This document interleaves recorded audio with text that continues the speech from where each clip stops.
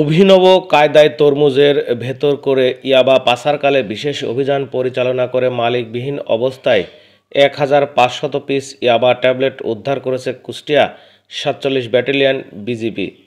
Kushtia ৪৭ battalion বিজিবির অধিনায়ক lieutenant colonel মাহবুব Morshed Rahman PSC এক লিখিত প্রেস বিজ্ঞপ্তির মাধ্যমে এই তথ্য নিশ্চিত করেন।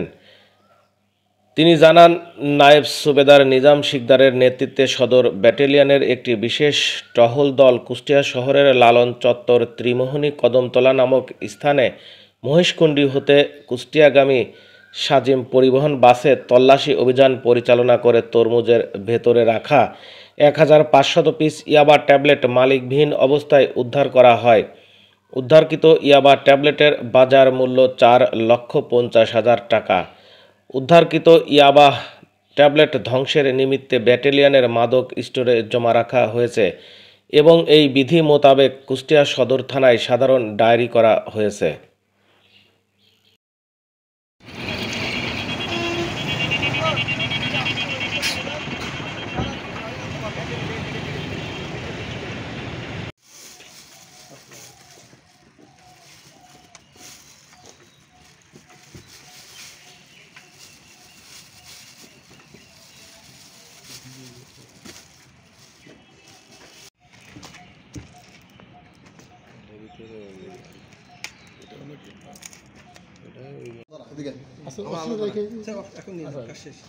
কমান্ডার ওখানে চাইতে গেল আবার সব যে চলে যায়, এই কাজ কি সব আমাদের?